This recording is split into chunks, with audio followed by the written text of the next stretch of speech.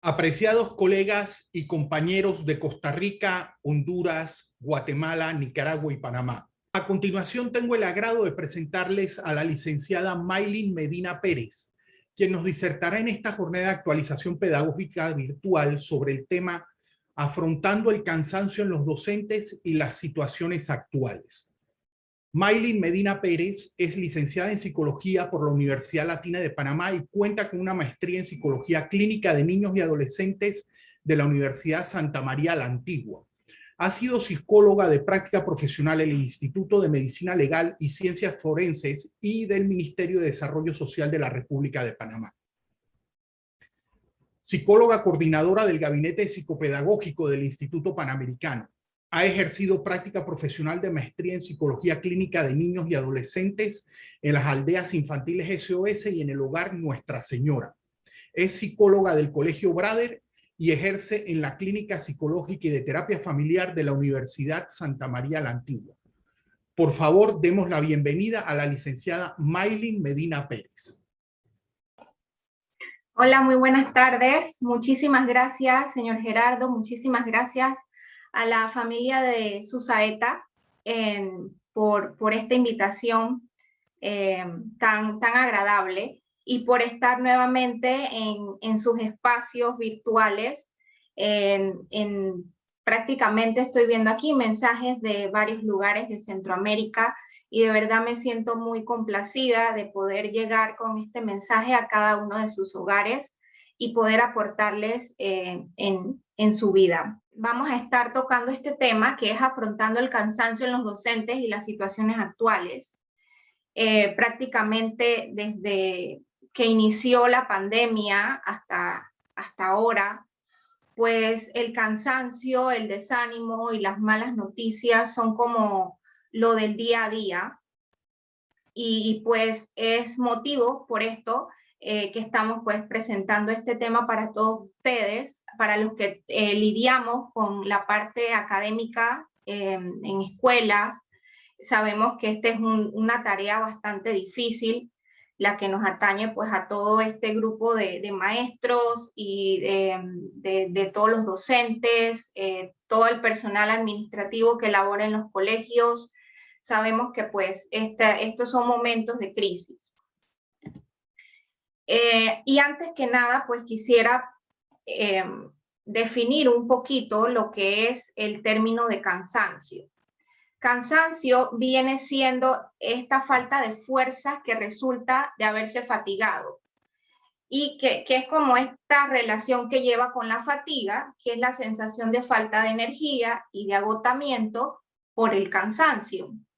Entonces prácticamente las dos se mezclan, cansancio, fatiga, y por ahí vamos a ver otros términos muy similares. Por ejemplo, que es muy conocido a nivel laboral. En 1974, el psicólogo Herbert Freudenberger fue el primero en referirse al síndrome de agotamiento laboral o al síndrome de burnout, como se le llama, asociado al agotamiento mental, al agotamiento emocional y físico por el trabajo, como una enfermedad. Y fíjese que después de muchas décadas de estudio, desde 1974, que este psicólogo pues se refiere a este síndrome, no es hasta hace poco que lo que es el Sistema Internacional de Enfermedades lo va a colocar el próximo año como parte de un diagnóstico. O sea, entrará, al igual que el tema de los videojuegos y otros trastornos que tienen que ver con la parte de la sexualidad. Además de esto, es importante pues aquí mencionarles que también la OMS especificó que el burnout no es una condición médica y lo define como un síndrome que es derivado del estrés crónico en el lugar de trabajo en donde nosotros no nos sentimos que estamos gestionando con éxito. o que no estamos llevando las tareas como debe ser o como nosotros esperamos que sean. Y este otro término que se ha añadido recientemente, que es la fatiga pandémica, que la definen como una reacción natural y esperada como respuesta a una situación de estrés sostenida en el tiempo, ante una adversidad no resuelta y que se expresa en primera instancia con una desmotivación para seguir manteniendo las conductas de protección sanitaria.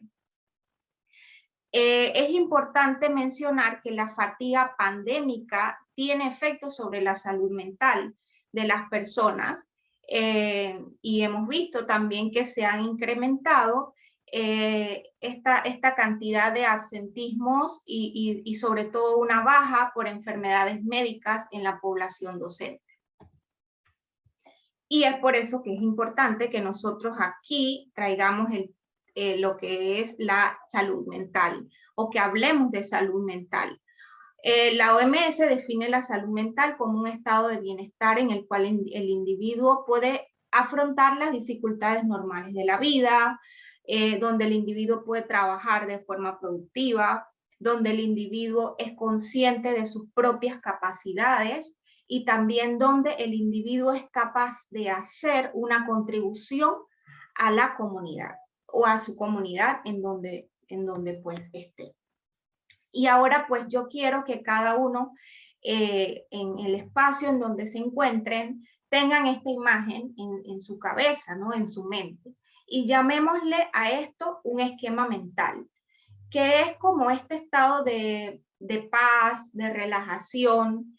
Es esta imagen que todos quisiéramos tener en nuestro pensamiento, algo que a nosotros nos da esa satisfacción y esa tranquilidad, ¿ok? Digamos que a esto le podemos llamar salud mental. Un paisaje muy bonito, con muchas entradas de luz, naturaleza, ¿ok? Y vamos a decir que a ese paisaje nosotros, de alguna manera, con los devenir diarios de la vida, nosotros lo tapamos con diferentes puertas. Y esas puertas, llamémosle pensamientos negativos y distorsiones cognitivas. Y vamos a ver qué son. Son maneras erróneas que tenemos de procesar la información, es decir, analizamos la información de nuestro alrededor generando consecuencias negativas. Ahora ustedes se preguntarán, ¿qué tiene que ver el tema de pensamientos o distorsiones cognitivas con el cansancio? Bueno, es que precisamente somos nosotros mismos los que de alguna manera generamos más esa sensación de cansancio en nosotros mismos. Y se dice que nosotros debemos trabajar a nivel de pensamiento y reconocer cada una de esas distorsiones, cada uno de esos pensamientos que están siendo negativos en nosotros y también que vienen de los demás. Entonces, por eso es que es muy importante identificarlos.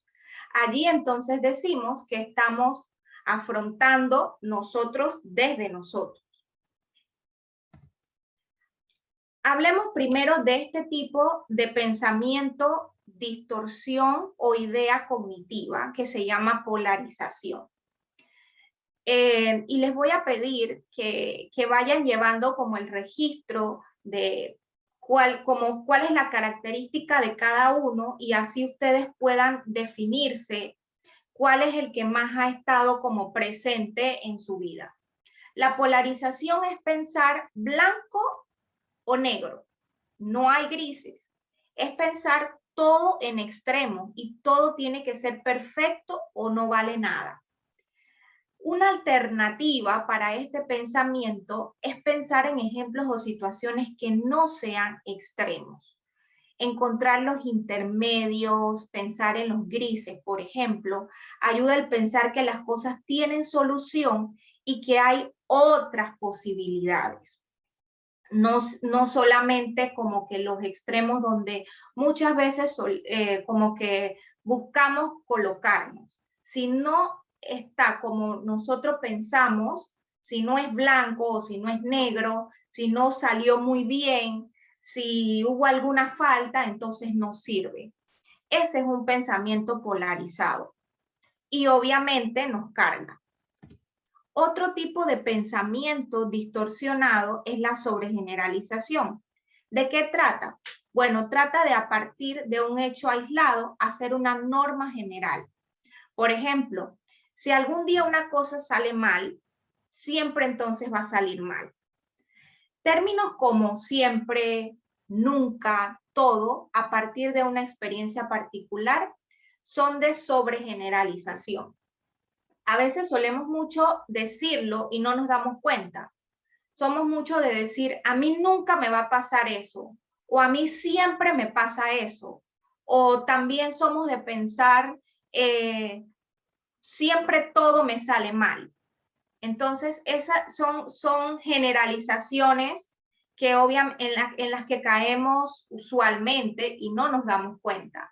Una alternativa es cambiar los términos absolutos, como los que les acabo de mencionar, siempre, nunca, todo, por otros que describan la situación del momento. Por ejemplo, podríamos utilizar palabras como a veces, como casi siempre, o de vez en cuando, o si queremos ser como más categóricos en que hoy me pasó tal cosa, y no exclusivamente utilizar términos tan absolutos como estos que ya les acabo de mencionar. Otra de los pensamientos en los cuales caemos muchísimo es el etiquetar. Y el etiquetar es definirse a otros o a uno mismo de una manera negativa y total. Una etiqueta no permite el cambio, define a la persona de manera rígida. La etiqueta lo que hace de alguna manera es como agrandar las posibilidades del otro y como que achicar nuestros recursos.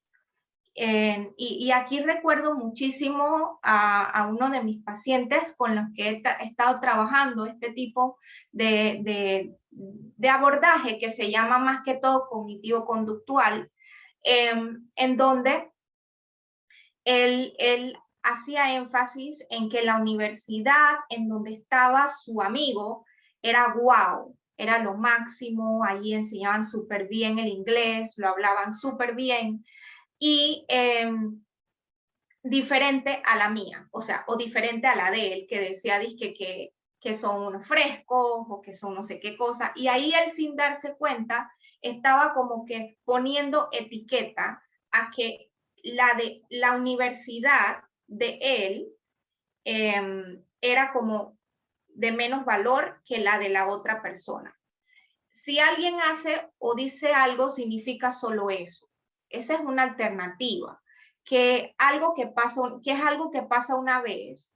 En cambio, una etiqueta lo define como algo permanente al resto de la vida. La clave es cambiar la etiqueta por nombrar la conducta o el hecho, no a la persona entera. Otra de los estilos de pensamiento o distorsiones cognitivas muy usuales es la autoacusación.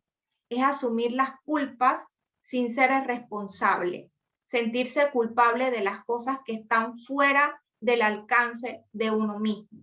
¿Y cuántos no nos hemos sentido mal porque no hicimos algo que pensamos que tal vez debimos hacer porque eso iba a ayudar a tal persona? Pasa mucho con nuestros familiares, pasa mucho de que yo debí estar allá porque si yo hubiera estado allá, entonces la persona no le hubiera pasado esto, o no se hubiera enfermado, o no estaría pasando trabajo, como uno dice, ¿no? Caemos mucho en esto, en asumir culpas sin nosotros ser responsables. La alternativa es analizar qué cosas dependen de la suerte de los demás y qué cosas dependen de la de nosotros mismos. Tener influencia sobre algunas personas o situaciones no quiere decir que controlemos todo lo que sucede. Otro de los estilos de pensamiento en las que caemos muchísimo es la comparación. Compararse con los demás todo el tiempo, pensar que eres peor que ellos, se agrandan los logros de otros y se minimizan los propios. La comparación y la etiqueta van muy de la mano. Y la alternativa es intentar ver toda la realidad, lo positivo y negativo de todas las personas. Reconocer que te comparas con los demás y decir, la comparación me hace sentir mal, la comparación me frustra, no me ayuda, o sea, no es el camino que yo debo seguir. Lectura del pensamiento. ¿Cuántos no hemos caído en este pensamiento de querer adivinar lo que el otro piensa de uno? Casi siempre pensando que el otro habla mal de mí, que me critica, que me juzga, que estará pensando, que estará diciendo. Muy importante recordar que lo que otros piensan de nosotros es su realidad, no la nuestra. También tratar de no adivinar lo que otros piensan y enfocarse en lo que yo sí soy, en lo que yo sí valgo, en lo que yo sí tengo. Eso es súper importante. Vamos ahora a pasar a lo que es el razonamiento emocional. Usualmente nos pasa que tendemos mucho a pensar dependiendo de la manera en cómo nosotros nos sintamos. De eso se trata mucho el razonamiento emocional. Las cosas son tal como yo las siento, mis emociones tiñen la realidad. Me siento inútil, por lo tanto soy inútil. Me siento triste, por lo tanto todo está triste, todo es muy malo, todo, no hay esperanza. Y la alternativa, una cosa son los sentimientos y otra cosa es la realidad. Preguntarse, ¿qué pruebas para creer que eso es así? ¿O solo porque me siento mal es que pienso en eso? Y lo otro es que cuando te sientas inundado por las emociones, trata de poner una pausa y usa tu pensamiento para separar lo que estás sintiendo y lo que estás pensando, que son dos cosas muy diferentes, incluso ubicarse mucho en la realidad. Error del adivino. Estas son hacer predicciones negativas sobre hechos de la vida, es querer adivinar que las cosas van a resultar muy mal. Es como ponernos a ver o esperar las noticias y decir, sabemos que la situación de la pandemia no es que haya mejorado, pero decir como que vas a ver que hoy las cifras van a estar por el cielo, o vas a ver que va a haber muchísimos muertos, o ya, o sea, suele pasar que uno piensa que las cosas van a resultar peor de las que ya están, o muy mal. Y la alternativa es, la clave es mirar al pasado y ver si todo lo que ha ocurrido ha sido tan malo como siempre predices que va a ser. Además, en vez de esperar que las cosas salgan mal, trata de pensar que pueden ser neutras o positivas o que simplemente no sabes pues qué es lo que va a pasar. O sea, yo creo que mientras menos pensemos en qué es lo que va a pasar, pues eso va a conservar y va a trabajar más nuestra calma. Esto es uno de los pensamientos o distorsiones cognitivas que nos pasa muchísimo a todos. Pasa muchísimo con los estudiantes también, porque son las demandas de cómo debe ser el mundo, de cómo debe ser uno mismo. Se mantienen reglas muy rígidas y exigentes sobre cómo tienen que ser las cosas, cómo tienen que suceder, cómo tienen que actuar las personas. Y si las cosas no son como tú crees que deben ser, entonces son intolerables, son insoportables, son frustrantes. Yo debería es un pensamiento que se utiliza mucho. Y la alternativa es flexibilizar las reglas, preguntarse qué pruebas tengo para decir que eso debe ser así. Es tan grave si eso no ocurre como yo digo que debería ocurrir. Por ejemplo, si eres más flexible con tus reglas y exiges menos al resto y a ti mismo, podrás escuchar y conocer más y sentirte mucho, mucho menos frustrado. Y por último, pues el catastrofismo. ¿Cuántos no hemos visto estas personas que de todo hacen un drama? ¿Ok? Incluso a veces nos pasa hasta a nosotros mismos. ¿Ok? O sea, sí, estamos mal, nos sentimos mal, probablemente estemos teniendo una situación de salud, pero no hay que hacer un drama de las cosas. La alternativa es pensar que los problemas de cada día casi siempre son cosas pasajeras y que tienen solución. ¿Ok? Y la solución siempre es buscar, afrontar, es gestionar, reconocer que otras veces he pensado igual y al final las cosas no han sido tan terribles como nosotros pensamos. Intentar dirigir mi pensamiento a la búsqueda de solución más que anticipar una catástrofe. Estos son prácticamente las distorsiones o pensamientos negativos que usualmente más tenemos en nuestra mente. ¿Y de dónde vienen? Pues prácticamente son producto a veces de nuestra crianza, de nuestros sistemas de valores, de lo que hemos vivido alrededor, y por eso pues hemos empezado a formar ese estilo de pensamiento. Y eso obviamente nos carga.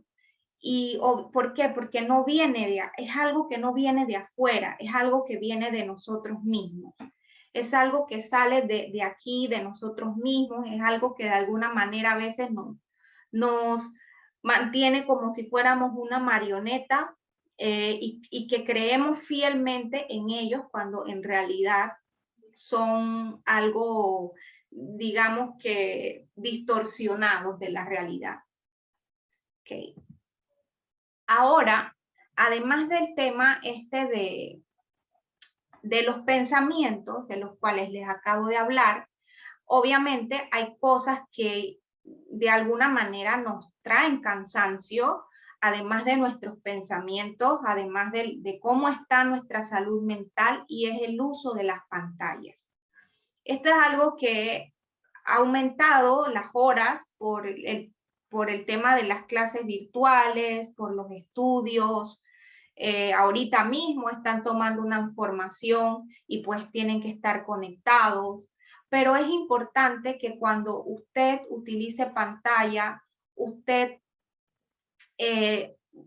pues se sitúe en la parte más arriba del monitor y debe estar a la altura de los ojos y evitar inclinar el cuello. Esto va a ayudar un poco a la parte de su posición corporal. Si lo que utiliza hay personas que utilizan smartphone, que utilizan tableta, incluso que utilizan el celular, deben situarlo por debajo del nivel de los ojos a unos 30 grados. Si inclinas tu cabeza a más de 45 grados, vas a terminar teniendo pues mucho dolor en el cuello e incluso dolores de cabeza. Una buena técnica también es apoyar los codos sobre la mesa. En el caso de que no esté frente a una mesa, dobla las rodillas y coloca los brazos semiflexionados. No te olvides nunca de la posición de tus muñecas, pues si no vas a terminar con mucho dolor en el área de las articulaciones. Sobre todo cuando utilizamos el mouse, pues esto es algo que de alguna manera impacta muchísimo. Ten en cuenta el tiempo de exposición frente a la pantalla. Lo ideal es un máximo de 30 minutos entre descanso. Es aconsejable hacer ejercicios de relajación. Por ejemplo, si usted va a estar ubicado por mucho tiempo en la pantalla, debe enfocar la mirada hacia un punto fijo dentro del lugar en que estemos y parpadear con frecuencia. Y se recomiendan 30 centímetros de distancia si estás frente a una tableta o celular, y 50 centímetros si estás frente a un monitor y el brillo de la pantalla a un 40%. Es muy importante el tema de crear rutinas. Crear rutinas mantiene de alguna manera va a ayudar a que sea más productivo nuestro día. Por eso es que es importante el tema de la distribución del tiempo para llevar de alguna manera un buen ritmo y disfrutar cada una de las actividades que nosotros estemos haciendo. eso nos va a ayudar a tener incluso conexión con lo que estamos haciendo y de alguna manera disfrutar. Que el trabajo no se perciba como trabajo, sino algo que estamos haciendo porque nos gusta. De esa manera, pues yo creo que se lleva mejor. El tema del orden es muy importante en nuestro espacio de trabajo, sobre todo porque el desorden envía mensaje al cerebro. ¿Y qué mensaje? Mensaje de impotencia, de frustración, de desagrado. Es por eso es que es importante el orden en cuanto al tiempo y en cuanto al espacio.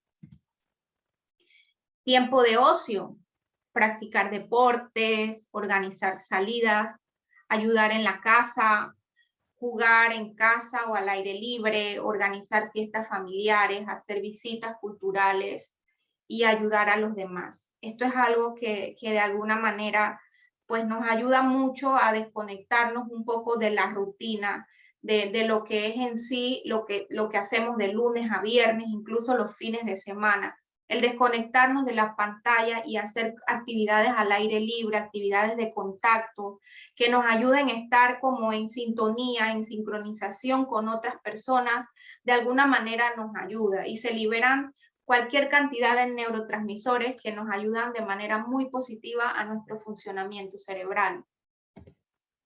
La alimentación, pues, súper importante, pues, porque el cansancio puede tener varios orígenes, pero es posible ayudar a combatirlo a través de la alimentación.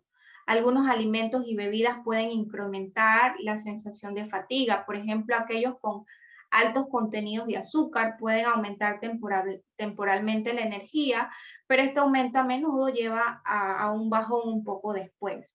Sobre todo las bebidas como energizantes, la Coca-Cola, estas bebidas que contienen muchísimo azúcar, sí, vamos a sentir que de alguna manera como que nos dan un empujón en el momento, pero obviamente después de eso vamos a sentir nuevamente el bajón que sentimos por el cansancio.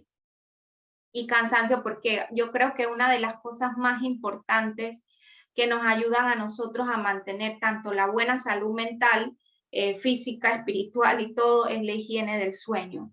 Incluso hay hasta los 10 mandamientos del sueño y es importante establecer un horario regular para irse a dormir y despertarse. ¿Qué quiero decir con esto? Lo ideal es que uno pueda dormir de 7 a 8 horas. En la capital difícilmente se puede dormir ese tiempo, pero por lo menos que usted pueda descansar unas 6 horas y levantarse a la misma hora siempre, eso de alguna manera le lleva a usted a un buen ritmo físico también, ¿no? Entonces, si tiene la costumbre de tomar siestas, es importante de no exceder los 45 minutos de sueño diurno, porque esto obviamente va a traer de alguna manera situaciones para que usted pueda conciliar el sueño en la noche.